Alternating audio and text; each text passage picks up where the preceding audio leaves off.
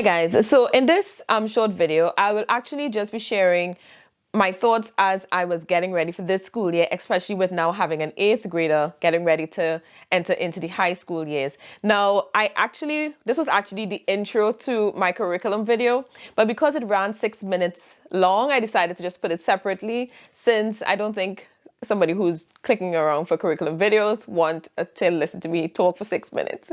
So the way how the video flows, it flows like that because it was supposed to be my curriculum video intro. But I do think that it might be interesting because I know to me, especially for the high school years, it's interesting hearing people's process of how to and mindsets of how it is they're getting ready for high school, because there's a lot more information on YouTube when it comes to the elementary and even the middle school years and getting ready for high school. It's getting there, but you know, it's definitely not the same amount of information available or thoughts available when it comes to high school. So not sure if it's going to be helpful to anybody, but I decided to put this as a separate video. All right. Anyway, thank you very much for watching, and I will talk to you in another one.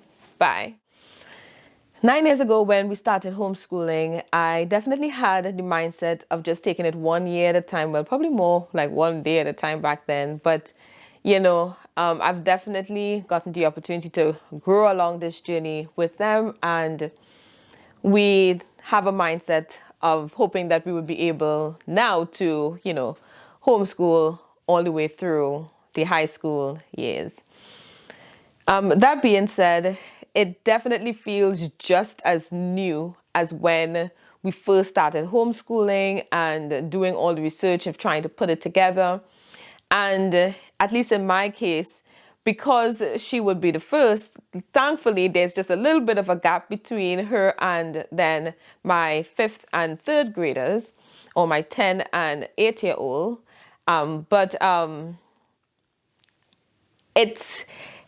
It's overwhelming because it's new, but also because I kind of feel as if I need to understand. If I can understand this process now, it will definitely make it easier, you know, when it is they're coming along. Now, their style, what it is, how they learn and their styles, it is different, but you know, at least I would have cleared a path and I would have an idea of some kind of directions or different options and directions that we can go down.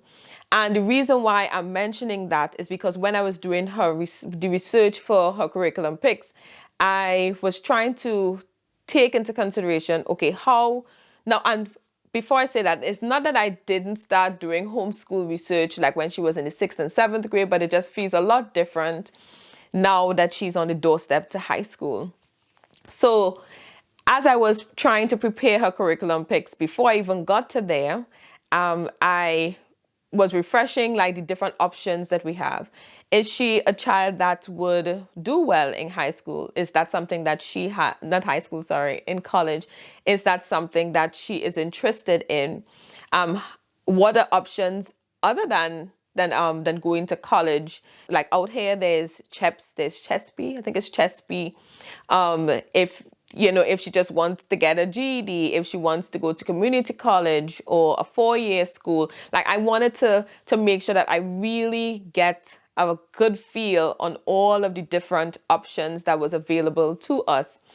And taking all of that and then considering what it is she wanted to do, and then trying to pick our curriculum, you know, make our curriculum choices kind of fit into that.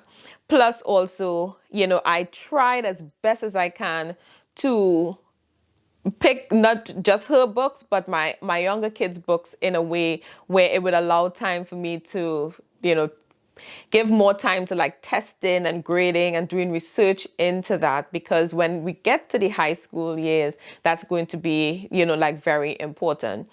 Also, like in California, you know, they're knowing if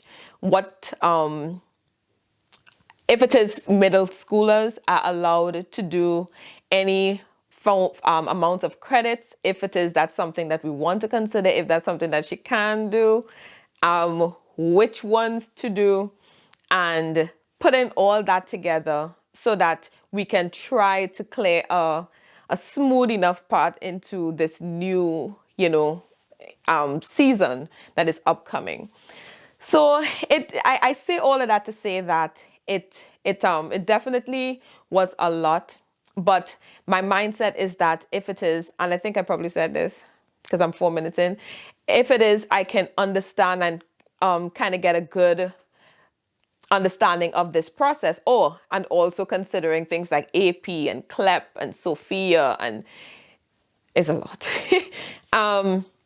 But if it is, I can understand what it is we are doing now, then it should lead for a smoother transition, at least I would hope so, into the high school years, right? Of course, life never works out how you plan, but I think it's still good to kind of have some form of idea what it is you would at least like to do. So anyway, so we are 3 weeks in, and her school days is based on her planner. It's roughly about 5.5 hours based on subjects.